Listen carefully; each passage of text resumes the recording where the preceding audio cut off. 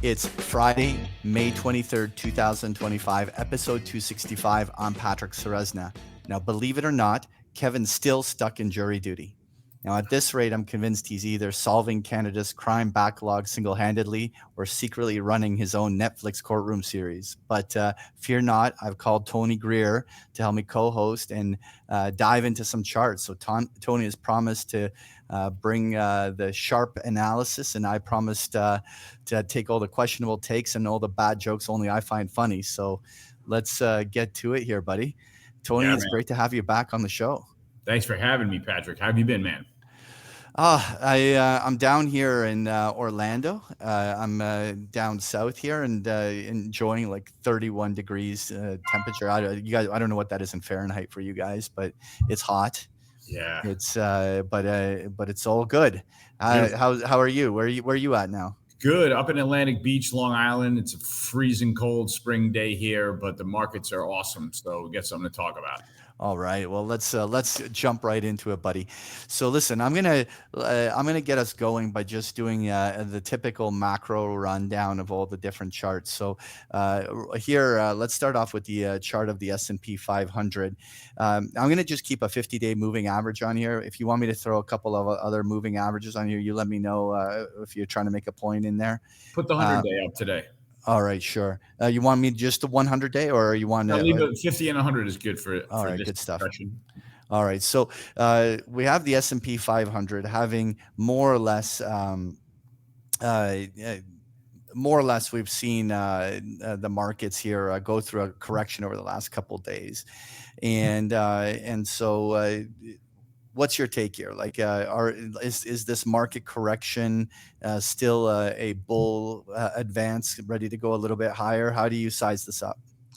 Yeah, Patrick, I think it still looks okay. You know, I'm operating off of the trading assumption that we have seen the low down at 4,800. I get a little bit of confidence in that looking at the monthly April S&P candle that went down 1,000 handles and back up 1,000 handles, right, essentially. So that gives me a little bit of confidence that maybe that's a good low. When I see where we are now, we are kind of in the retest zone for a potential blue sky breakout. And I could call it a blue sky breakout. What the hell's a blue sky breakout? That's not in my wheelhouse. What is this? No, that's okay. That's my lingo for when a security in a bull market resumes the moving averages and can therefore trend back towards the highs. Is a blue sky breakout, and the S&P after coming back 1,000 points after coming back 1,000 points, the S&P got above all of its moving averages, traded up to 6K, and now we're kind of back and filling, and we just retested the 100-day, right? We dipped below it this morning, got back below it this afternoon. So those things, you know, that recovery this morning on another incremental Trump headline was really important to me. So this afternoon's comeback, I should call it, is really important to me with the S&P settling now back up above 5,800. I can say that this is just a back and fill retest of the 100-day support level and that maybe we can keep going from here. If not, we've got support below at the 50-day around 5620.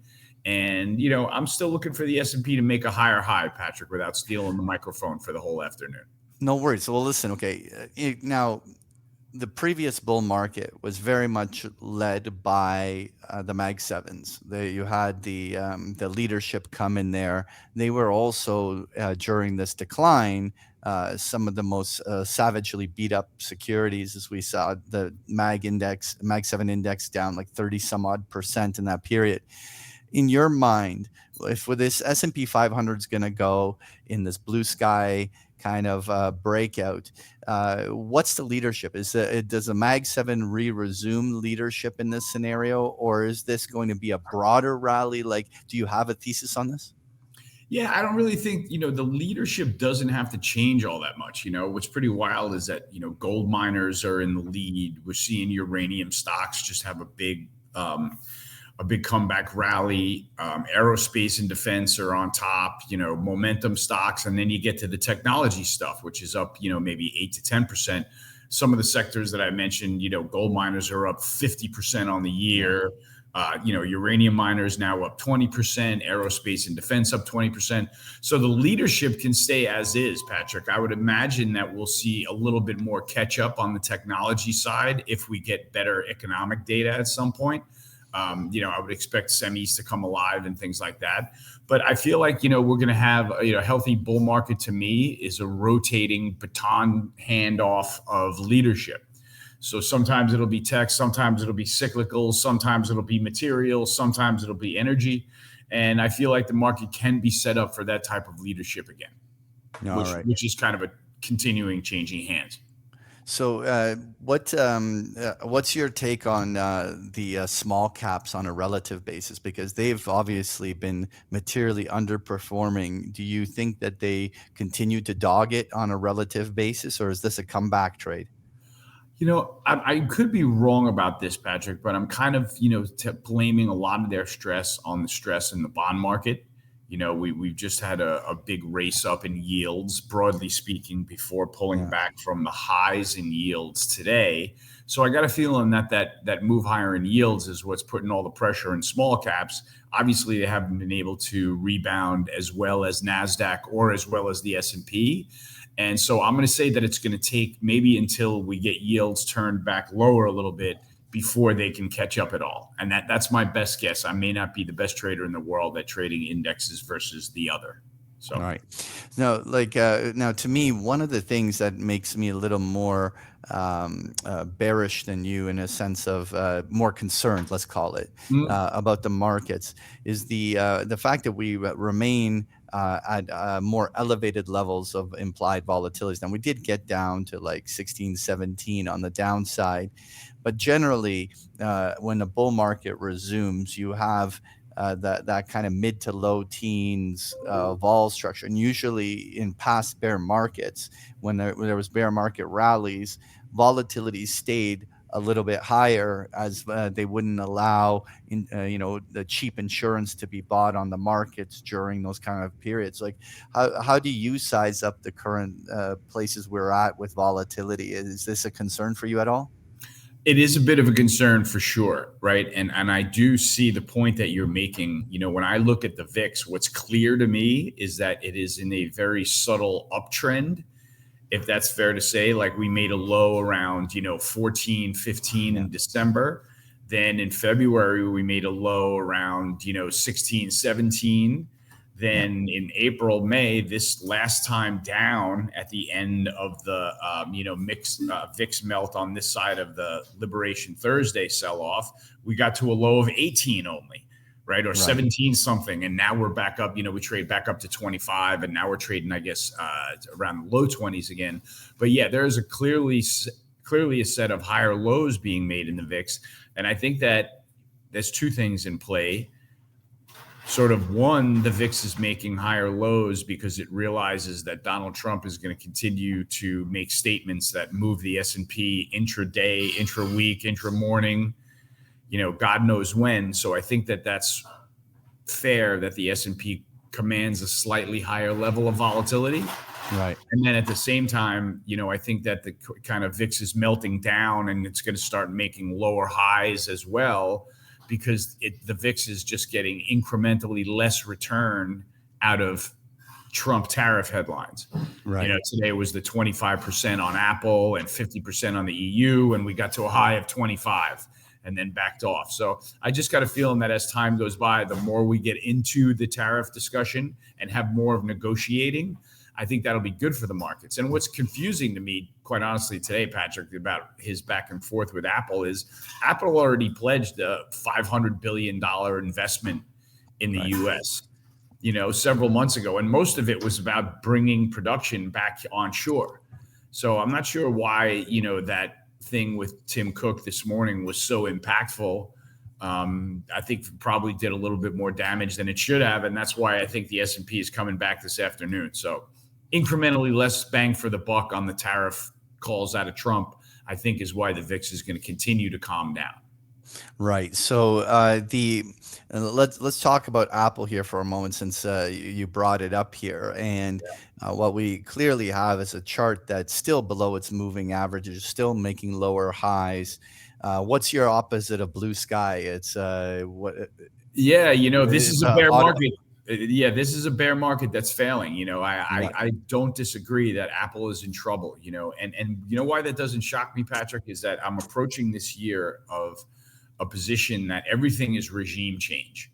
yeah, Right? Everything is regime change. And if Apple and Google and Mag 7 were the best performers during that whole 10, 12-year run at globalism, yeah, that was all the rage, then those stocks are going to, probably be laggards while we maneuver into something different. And I'm not exactly sure what to call it, if it's America first or, yeah. Trump's golden age agenda or what, but it sure is going to be totally different than what we've seen in the last decade. Yeah.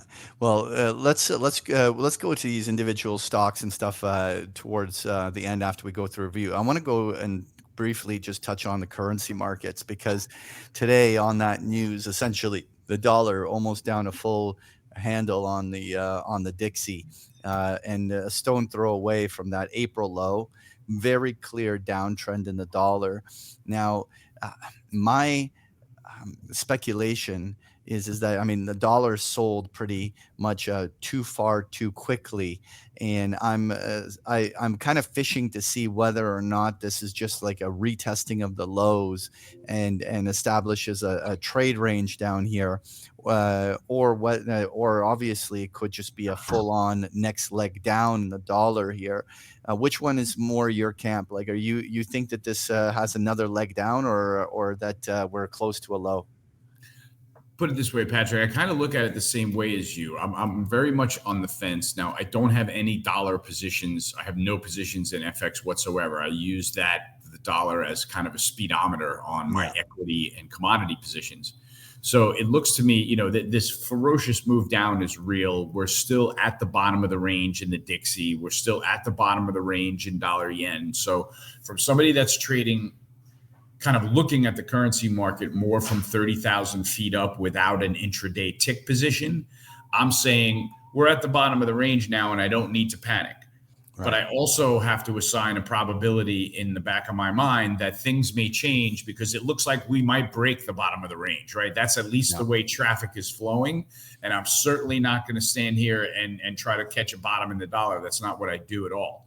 Yeah. So, if I get towards the area where I can feel the expectation that the dollar is going to have another leg down through this recent low, at the dollar index where we actually get an extension away from this, 100 high and we trade down to 95, then that'll probably empower me to be long a lot of commodity based stuff and probably Right. long gold again. So that's kind of how I'm going to look at that. I'm totally game for the dollar breaking down further. In fact, I'd love it because I do much better trading commodities from the bull side with a little bit of wind in my sails from a weaker dollar. So that's a view that I'm wide open to.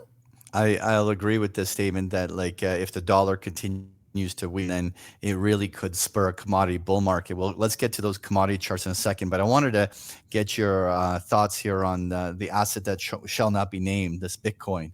What obviously broke to a fresh high. Yeah. And so clearly it's got bull trend. Are you what are your kind of targets on this? You bullish this? Where you stand? Yeah, I'm so glad you brought this up, Patrick, because this is a beautiful blue sky chart, right? Yeah. Just saw that plunge down to 75K. And for me, I started looking at Bitcoin with a raised eyebrow when it didn't thoroughly collapse in the Liberation Thursday de-risking. Right. The stock market bangs all the way down to 4,800. I mean, I thought Bitcoin was going to 35K. Right. I really did. The way they were hitting Mag 7, the way they were hitting the NASDAQ, and we were de-risking, like I thought the thing was done. Right. So since it came back biting, without having any emotion in the trade at all, I bought Bitcoin again when it went blue sky down at 92K. Right. Crystal clear through the 50-day, through the 200-day, and then through the 100-day, right at 91,000, right?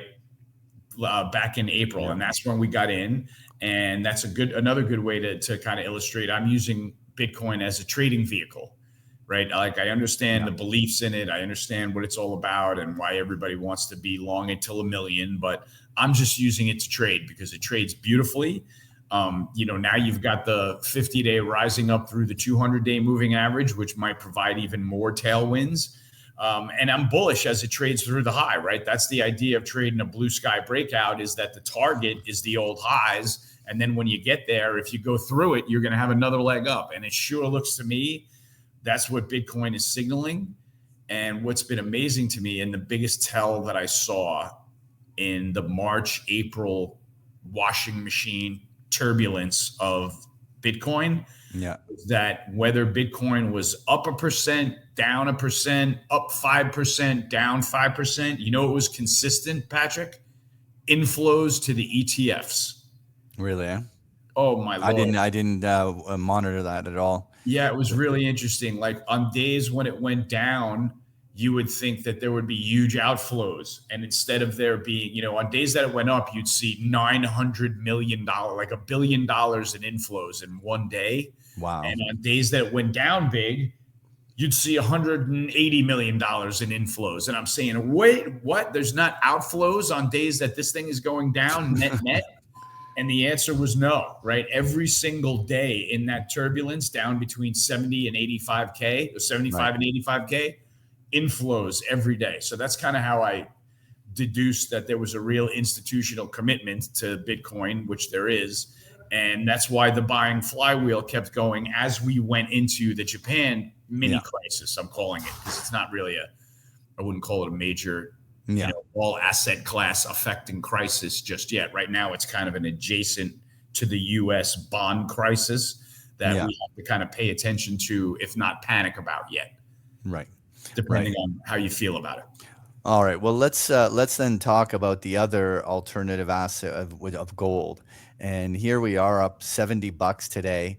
And recovering a very good chunk of that correction on the downside. Obviously, above all its moving averages, the dips are being bought. What are you? I'm assuming here that you remain bullishly tilted on this, right? Well, I'll tell you, I'm pretty neutral right here, quite honestly, Patrick. I do think. Let me unpack it for you. Yeah. When gold traded its peak at 3,500, there was one thing that was obvious. Everybody was talking about it, right? It's no longer like an undercover, quiet, nobody's listening rally like it was down at 2K, right? When it was breaking out from 1,800, me and Jared were really careful about it on our podcast, gauging sentiment. And we're like, I'm going to tell you that there's nobody talking about it. On the day that it made the high of 3,500, there were 32,000 tweets on Twitter, #gold, right? That's something I had never seen before. A little later that week, I got a refresher course on investing in gold from the Wall Street Journal newsletter. You know what I mean? Like it's getting like, okay, mom and pop, here comes how you get into the gold market. And then we got to the weekend and there's fucking gold bars on the cover of Barron's. And now I'm like, all right, it's everywhere. And so with that in mind, I sold a chunk of my long-standing long position, right? So now that fast forward to where we are now, I would have thought already that I would have gotten a chance to buy this back cheaper. And that was my idea. Since I haven't yet, and it's kind of right around where I sold it, maybe even a little bit higher now, I'm uncomfortable. Right. I feel like I let my position out and I shouldn't have. So I'm going to give it a little more time. And I'm going to see, but if it retakes this second lower peak here that I think is at around 34.50, if it retakes that peak, I'm probably going to have to get back in and say the dip's not coming. Because if there's one thing for sure, the central banks have stayed with this. China has stayed with this. There's been buying at every price. And, the rule with that is that you don't get out of the position until you learn that China stopped buying. Basically, yeah. It's the interesting part to me, so obviously this came back to a 50-day moving average retest almost perfectly. Yep. When you were saying you were looking for a deeper correction, is that one that you were looking for something to that 100-day or the 200-day? Like what is the type of a pullback you look for that you were trying to tactically wait to do your buying? Yeah, well, put it this way. So I sold it on the way up through 33.50 the first time on the way to 3,500. So we're still at the level that I sold it. But what I was looking for, quite honestly, I thought I was going to be bidding 2,800 and getting it back in a week. Quite honestly, I thought that it was Yeah. time for the last of the week longs in futures, which are clearly pronounced leaning to the long side in gold now. I thought the last of the longs were going to have to just tumble it into a bidless market. Right. And I thought that the dollar was going to provide headwinds for gold by rallying back, and that rally fizzled so fast your head would spin, right? And so gold came right back. So now I'm saying, shit, I got a problem. If I wanted to buy this back, I'm going to wind up paying at least the same price, if not maybe higher. I can live with that because I thought the dip was coming was steeper. So since I got it wrong, I'm going to have to pay some kind of price, but either way, I don't feel bad about what's going on. I'm just kind of impressed that gold is holding in again. And at the same time, it could be in a range trade between 3,100 and 3,150 for a little while, given how popular it's gotten. So that's my 2 cents on gold. So I want to keep the conversation going here on this kind of precious metals and miners and things like this, because the one thing that I feel was distinctly different when you're talking about the sentiment and how much people were talking about gold and things. Gold itself was in this amazing bull market, and you were not wrong at all about your observation. But what was particularly interesting is that it wasn't really participation in silver, platinum, palladium. Even gold miners were laggards for the longest time until they started catching up over the last half a year. And the thing is that for me, when I'm looking for that kind of blow off sentiment, it's I would have thought that we would have seen far greater kind of like a broader precious metals kind of participation. But I'll let you talk. But I want to highlight, like, the gold miners not only made it back to their highs, but I just did like a YouTube video on my channel talking about what's going on here in the platinum and palladium charts. And I wanted your take on this because where do I have it here? Hold on a second here. Take a look at this breakout on platinum. And the platinum for basically 6 months was dead, just trading sideways. And suddenly, like here, I'll put on a weekly chart, like that we've been in a dead zone for how long? And suddenly this thing is attempting to actually break out. Then you take a look at palladium, and palladium is just starting to break out here on the upside, giving a little bit back. But we have a scenario where these things are suddenly becoming active. And then you take a look at silver up 43 cents, trying to break out here. What's your take on how the entire precious metals market is trading here? So I guess to address them once at a time, Patrick, I'll get silver out of the way first. I don't look at silver as a precious metal at all anymore. I look at it as a base metal because of the use that it's so widely used in the EV trade and in the solar trade, right? So like I'll expect silver to rally when nickel starts rallying. Right. And I don't really ever expect silver to rally just because gold is rallying, because I think that is literally the most popular misconception in metal trading, is that, gold is going up, therefore silver has got to go up with it because it's precious metal. And like, I think you could bang your head against the wall trying to prove that correct. I don't think that that's correct at all. So silver, I haven't been trading. I expect it to lag. I expect it to disappoint. God forbid gold goes down big, silver's going to get halved. Like, there's no doubt in my mind. Platinum, however, is really interesting. And it is Sir JJ's idea, who writes under the name Alyosha on Substack, writes one of the best commodity reports there is. His idea is that platinum woke up because the Chinese started buying platinum now, since they can't get their hands on all the gold they want up here. So That is a totally reasonable theory. I will not be chasing the PGMs once again. I'm just kind of gonna kind of use them as a gauge to how much gold I should be long. Because I think that they're really difficult products to trade, and they've often disappointed and lured people in and then disappointed people very, very frequently. So I'm not going to fall for that, but I am going to let them say, okay, you want to take platinum to the moon? That's going to give me a good idea that gold might go with it this time, so I'm just going to use it that way. And palladium, I really have no idea. I mean, maybe it picks its head up. I have a feeling though, Patrick, that maybe there's some chance that some of this late stage PGM buying is just happening because the dollar is getting so weak so fast again. that we Yeah. finally woke up some PGM buyers that couldn't take the weaker dollar anymore. And that's just a theory that I have. I could be wrong. So let's circle back to the gold miners because you mentioned them earlier when we were at the start of the show, and like this has been obviously a beautiful chart, quick pullback to the 50-day, once again edging towards those 50, sorry, to the 52-week high. Do you think that we could have a scenario where gold miners actually outperform gold at this juncture? Like, do you have a thesis on this? Is this something that it can march to the beat of its own drum? Yeah, Patrick, everything for me is a race in performance. It Yeah. really is. Like my job as an equity analyst is to make sure that my clients are sort of in the sectors that are performing best at the end of the year, like for the whole way there, or as much of the way there that I can get them in.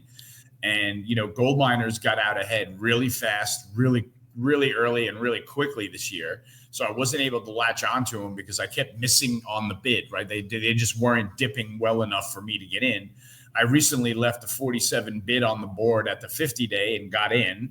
And so Right. now I'm managing the risk. And the reason that, I'm going to chase the gold miners is for the very reason that they are the best performing sector in the S&P and gold is in a bull market. So Yeah. what does that leave the danger of? That leaves the chances that mutual funds will maybe increase their allocation in gold miners at some point. Right. As we know, those of us that have been bullish metals for such a long time are like banging our heads against the wall saying, how is it that mutual funds only have a 50 basis point allocation of freaking funds to gold stocks, Yeah. given what's gone on in gold? And that's all they've really got. God forbid that, serious mutual funds chooch that allocation to 75 basis points or 100 basis points. That's going to materially move the miner market. So I've got to make sure that I'm in them in case that happens. I've kind of got the insurance of gold being in a bull market in case they back off. I'm going to have some confidence that there's some buyers on the dip. But that's how it's working out for me.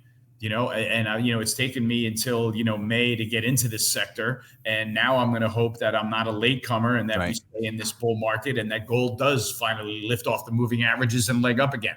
But I'm a little nervous because I have a lot of risk on my pad now that the S&P recovered. But what I'm happy about is that I've navigated everyone into what I call the stores of value trade. And for me, that's just being long gold miners, gold, and Bitcoin. Why? Because if you look at the year-to-date leaderboard, those three are right up at the top.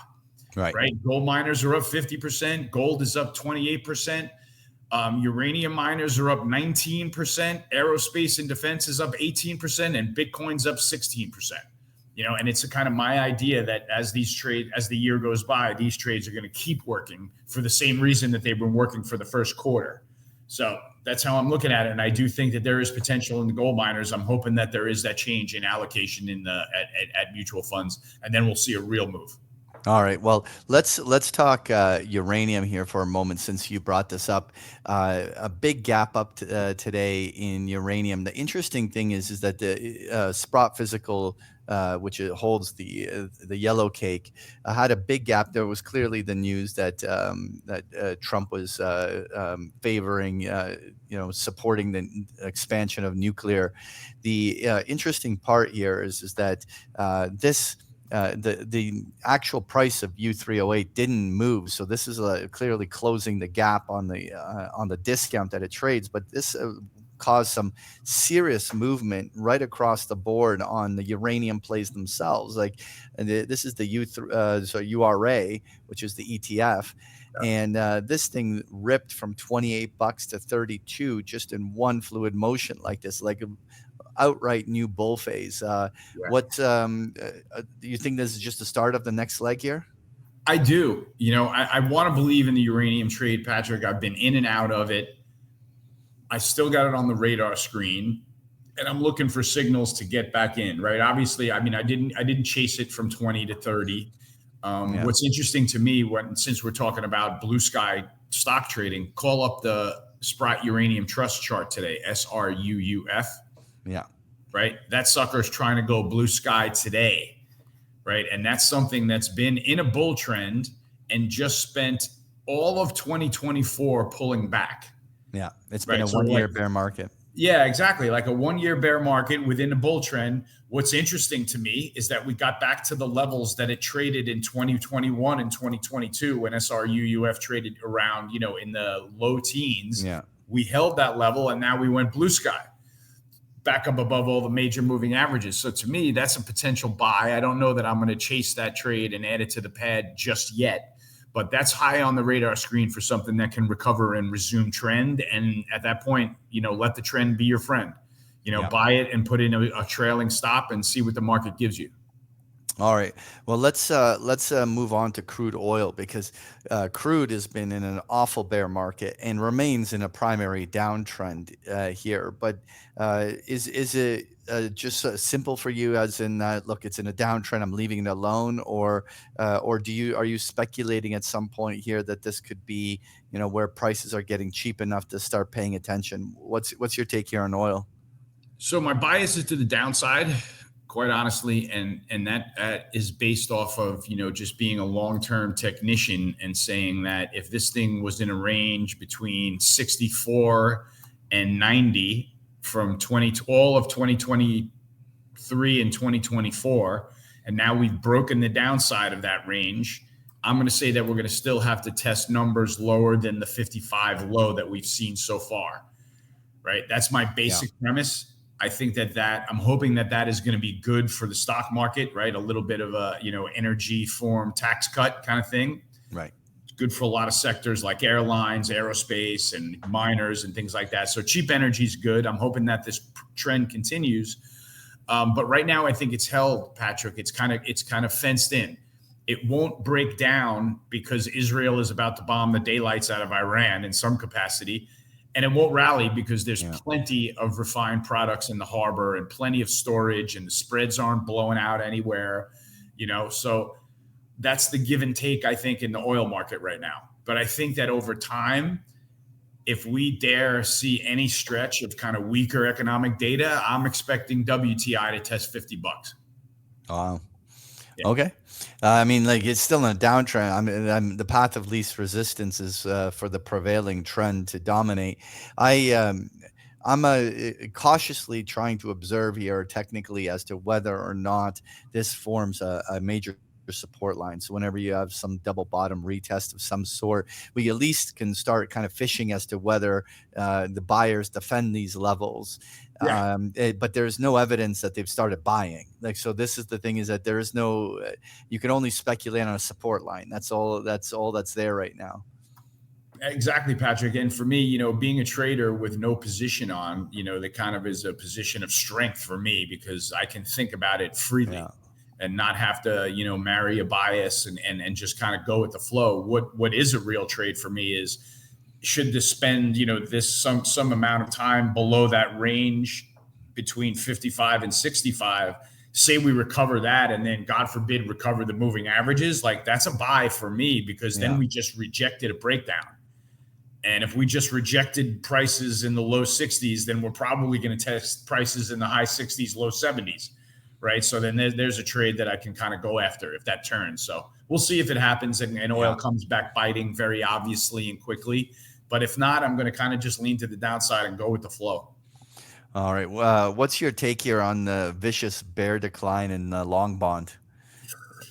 Man, everybody's got to have the ultimate amount of respect for the bond market as usual. I'm kind of in the phase where if we're reading about insurers belly aching about how much the move in bonds has hurt them and hurt their portfolios, I'm going to tell you that global central bankers are now listening. Yeah.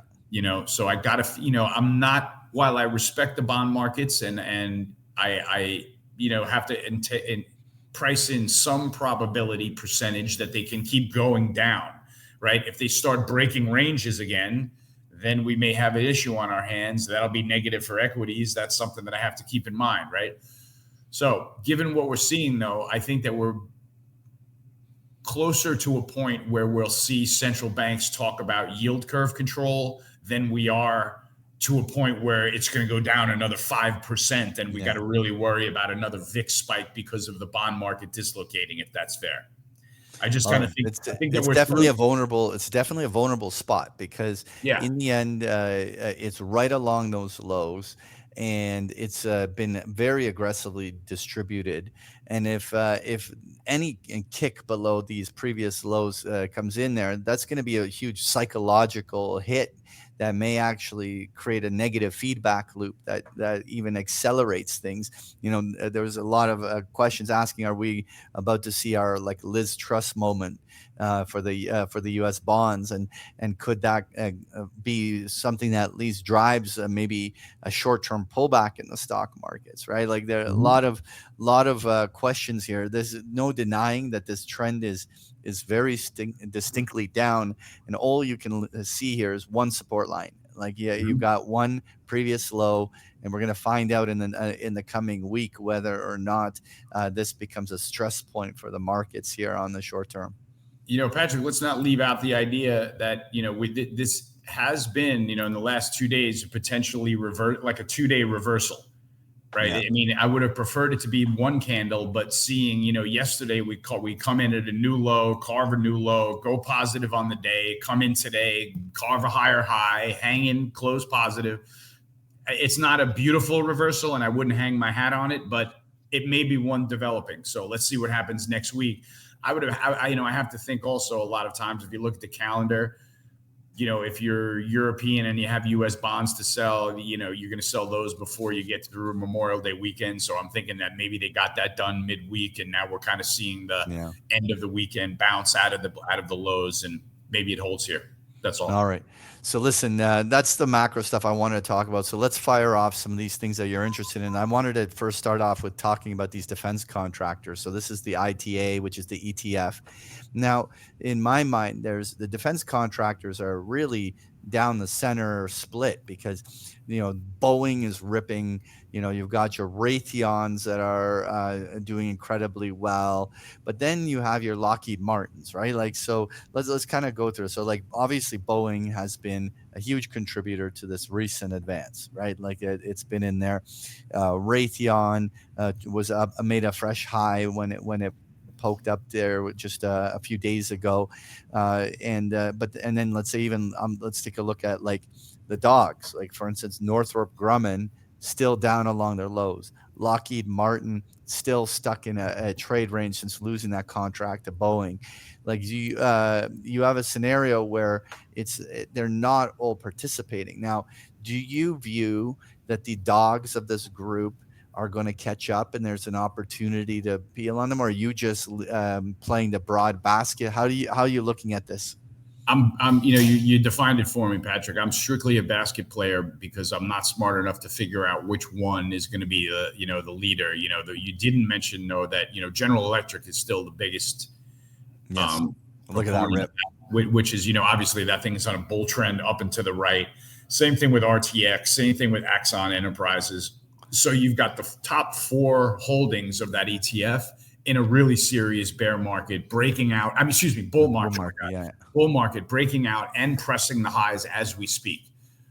I'm sure there's going to be laggards in there, but if I just trade the ITA security for in and of itself and know that what the bulk of that is Boeing and GE in my pocket, I can say that I'm kind of looking to buy the thing on the dip because I like the prognosis for both of those two stocks. Right. That's the only way that I'm looking at it. And, you look at it, look at it going back to the lockdown low of 2020. It's been straight up for aerospace and defense contracting. Yeah. Straight up. So, if you want to just jump on the broad range, 5-10 year trend, you're doing the right thing buying dips. Absolutely. It continues to be where there's relative strength. Absolutely. So what other sectors should we look at? You want to look at semiconductors or something? Yeah, semis are interesting. I think that, that's going to take a little bit of a bump in economic data if you want to get them all the way back into performing again. They've been sideways since, basically been sideways since Jensen Huang was signing breasts for NVIDIA. Right? That was like back in like June, July of 2024 when it was making the highs, but we're right back below those levels now. And then have come all the way back off of the Liberation Thursday lows into the range that we traded last year. So my point, I guess, with semis is That's going to take, I think, economic performance for that trend to resume. Otherwise, they'll probably be sideways and not great performers. Remember, we just had a 78% year in semis in 2024. So, I'm not going to look for that to happen again this year if we're in the middle of regime change. Right. Right. So, what stock or ETF have I not got to here that you want to talk about? Nothing, man. I'm concentrating down the power alley of those stores of value trades because that's what's working right now. I'm focused on gold, I'm focused on the miners, and I'm focused on Bitcoin. And, it's kind of one of those Stan Druckenmiller things now where I see what's performing, and it might behoove me to have a lot of eggs in those baskets and watch those baskets really carefully and not have, 10 or 12 positions now, but be in the 3 that are working and treat them all individually the same, see what comes out on top. But that's how I'm looking at it, man, not to just go back to stuff we talked about. That's the real strategy for me. Well, the one I just wanted to mention and wanted to look at here is the biotechs. Now, the pharma story has been a dog for last 6 months, and they've all been trending down quite considerably. But the biotechs, and they're still rejecting 50-day moving averages, still in a primary downtrend the way you would look at it. But what's interesting to me was that we're seeing them actually stop declining on bad news. And so I'm starting to wonder whether they've been, or the bloodletting is already played out. Like you look at stocks like Pfizer. Would stop making lower lows in this recent period, but then you take the ones like Novo, and like the Novo Nordisk. Still these are very ugly charts. Like I'm just, it's a very early speculation on this, but like Biogen, these things have been in the vicious bloodbath, and I'm trying to think as to when do these things turn into buying opportunities, or do you even bother? What are your thoughts here on this? So I generally stay away from biotech, but if I'm looking at IBB, if I'm looking at that ETF chart and having seen it just fail 50-day moving average resistance twice in May, it does look like it's trying to make a higher low off of that April low. So, a way that I would approach that is maybe kind of buy it on successive settlements above the moving averages. So buy a settlement above the 50-day, and if it gets above the 100-day at 130, buy it, add to that. And then if it gets up to that flat top resistance level at 140, sell it there. Right. That's a perfect world for me. But, that chart is very difficult to make a bullish case for other than mentally, because it hasn't given the bulls anything to hang their hat on at all yet. Exactly. So it's still a distinct downtrend. So it's early speculation that some new accumulation is kicked in here to kind of turn the tides. Yep, that's it. That's all Tony, you got so far. Listen, bud, thanks for stepping in and covering Kev. But before I let you go, I know you have a new you've been doing a podcast there with Jared. Why don't you give a quick plug? What do you guys do, and so that our listeners can tune in, and where can they find you? Yeah, thanks for that, Patrick. We just started, just 47 episodes ago, we started the Macro Dirt podcast, just he and I having our conversations online instead of on the phone with each other. And it's gone great. You can subscribe on YouTube or to the Macro Dirt podcast, or for free at tgmacro.substack.com, or follow me at tgmacro, where I post it on Twitter every day as well. So we're doing really great there. We've got 5,000 Twitter subscribers. We just did a bomb of a conversation with Raul that got over 300,000 views in total across platforms. So that's what we're really, working on, growing that and growing our voice and growing our presence. And with that, we will have you on for the first time in very short order. We haven't skipped over you. We're just kind of going slow with our guests. So there you go, Tony. We'll get you on the show. All right. Well, listen, thank you again for joining us. And for the listeners wondering where Kev is, I do believe it's officially wrapping up. He'll be back for the next episode. But Tony, you did a great job. And it's always a pleasure shooting the shit with you about charts. It really is, man. The pleasure's mine. Thanks for having me, Patrick. I'm glad I get to fill Kev's shoes. All right. Thanks, buddy. Have a good one. You too.